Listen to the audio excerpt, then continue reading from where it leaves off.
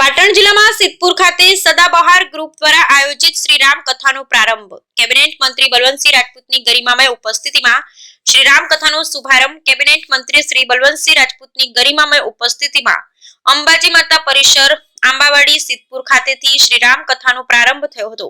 આ રામ કથા 4 એપ્રિલ થી 9 એપ્રિલ સુધી સિદ્ધપુર ખાતે યોજાઈ રહી છે। આ પ્રસંગે શાસ્ત્રી શ્રી રાકેશભાઈ ઠાકર શ્રોતાઓને રામ કથાનું ધાર્મિક રસપાન કરાવશે। Bureau report Ramjibhai Raykor.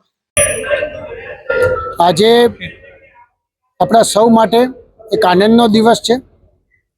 આનંદનો દિવસ એટલા માટે છે સિદ્ધપુરમાં એક સદાબહાર ગ્રુપ એ હંમેશા સિદ્ધપુર શહેર અને આજુબાજુના વિસ્તાર માટે કોઈ પણ કાર્યક્રમો હોય એ લોકહિત માટે ને લોકોના ઉપયોગી માટેના કરતા હોય છે।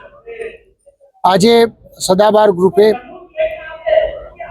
બધાને ભેગા કરીને સિદ્ધપુરની અંદર શ્રી રામ કથાનું આયોજન કર્યું છે અને ખાસ કરીને શાસ્ત્રી મહારાજ પણ રાકેશ ઠાકરજી એ બહુ વિદ્વાન છે। એમના મુખે આજે 9 દિવસ સુધી રામકથાનું આયોજન આજથી ચાલુ થયું છે।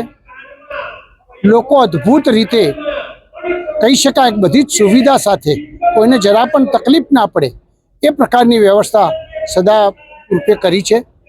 ખૂબ દિલથી બિરદાવું છું, અભિનંદન આપું છું આ એક સરસ કાર્યક્રમ કરવા બદલ અને તમામ દાતાશ્રીઓએ જે સહયોગ આપ્યો છે એમને પણ હું દિલથી બિરદાવું છું, અભિનંદન આપું છું।